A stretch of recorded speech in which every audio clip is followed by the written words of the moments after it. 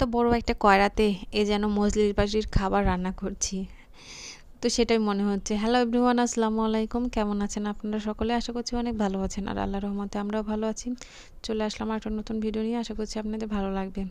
তো আজকে সকাল সকাল আমি গাছ থেকে প্রায় 4টা কাঁঠাল পেড়ে নিয়েছি আমরা। তো কাঁঠালগুলো কিন্তু বেশ বড় বড় ছিল। তো একটা কাঁঠাল কেটে রাখছি যে তরকারি রান্না করার জন্য কাটবো। তো কাঁঠাল থেকে প্রচুর আটা বেরোচ্ছিল।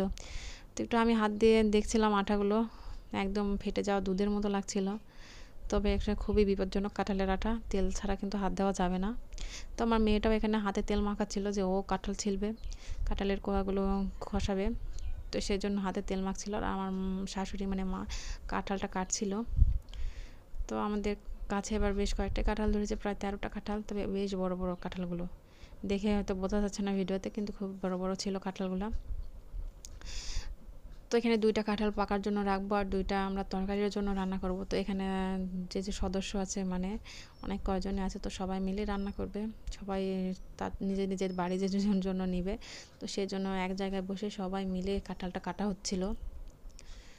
আর কাঁঠালটা বেশ বড় ছিল, কাটা যাচ্ছিল না। সেজন্য বড়াম্মা, মানে এটা আমার বড়াম্মা হয়, তো উনি ওভাবে কাটছিলেন।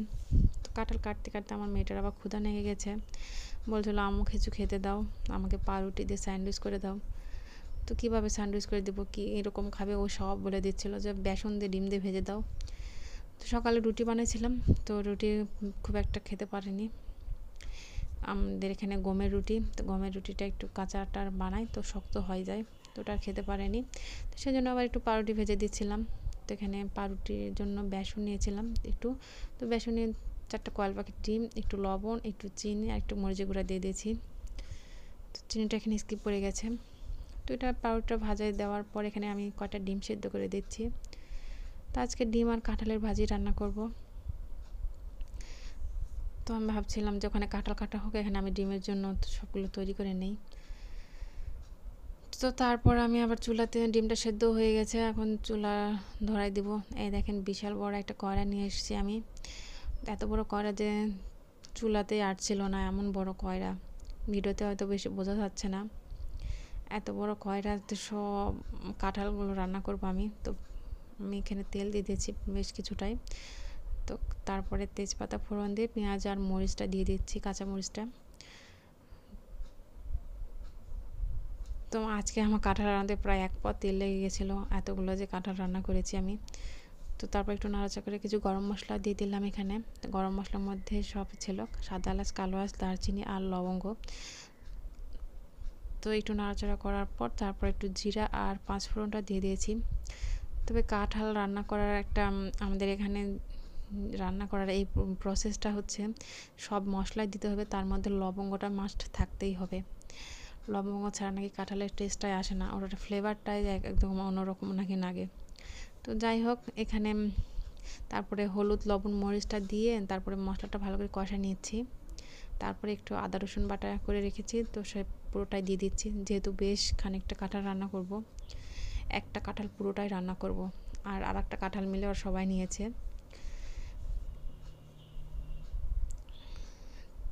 তো কাঁঠাল আমাদের এখানে রান্না করে কিভাবে, একদম মাংসের মতো করে। তো যেরকম মাংসতে যেরকম মশলা লাগে আর কি, ঠিক সেই প্রসেসে রান্না করে।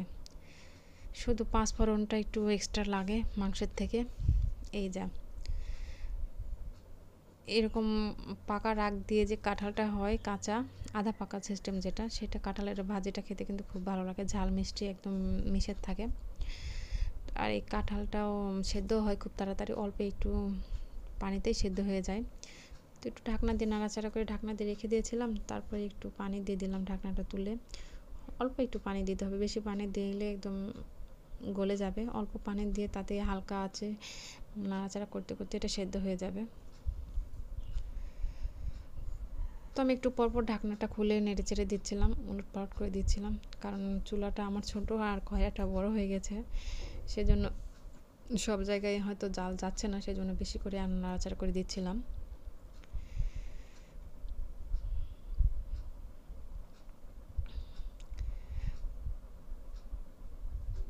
তো আপনারা ভাবছেন হয়তো এতগুলো কাঁঠাল আমি কি করব। আমাদের পরিবারে তো মোটেই 5 জন সদস্য, তো স্বভাবত অনেক ছোট, আর সদস্যের মধ্যে 4 জন আমরা বড়। তো এতগুলো কাঁঠাল আমরা কি করব। তো এতগুলো কাঁঠাল আমরা একটু ফ্রিজে রেখে দেবো, যখন ডিপ ফ্রিজে রেখে দেবো আর কি। রান্না করার পর যখন কাঁঠালের সিজন থাকবে না তখন বের করে করে একটু করে গরম করে নিলেই হয়ে যাবে। তো সেজন্য আমি কাঁঠালটা রান্না করে নিয়েছি। তো আমাদের এখানে এভাবে কাঁঠাল রান্না করে, আর খেতেও কিন্তু বেশ মজা হয়। আপনাদেরকে কীভাবে খান প্লিজ কমেন্ট করে জানায়েন। তো কাঁঠালটা রান্না হওয়ার পর আমি একটু ডিম রান্না করে নিচ্ছি। তো ডিমটা একটু ভেজে নিয়েছি, তারপরে পেঁয়াজটাও একটু কষাই নিচ্ছি। তো পেঁয়াজে হলুদ মরিচ লবণ যা আদা রসুন যা যা লাগে সবটাই দিয়ে দিচ্ছি। এটা তো বলার কিছু নেই, ডিম তো সবার বাড়িতে রান্না হয়। তো ডিমটাও একটু ভুনা করে নেব। ভাত তো আগেই হয়ে গেছে। তো এখানে এক চুলায় ফাঁকা যাচ্ছে আর এক চুলাতেই রান্নাটা করে নিচ্ছি। তারপর একটু পানি দিয়ে একটু ঢাকনা দিয়ে রেখে দেবো।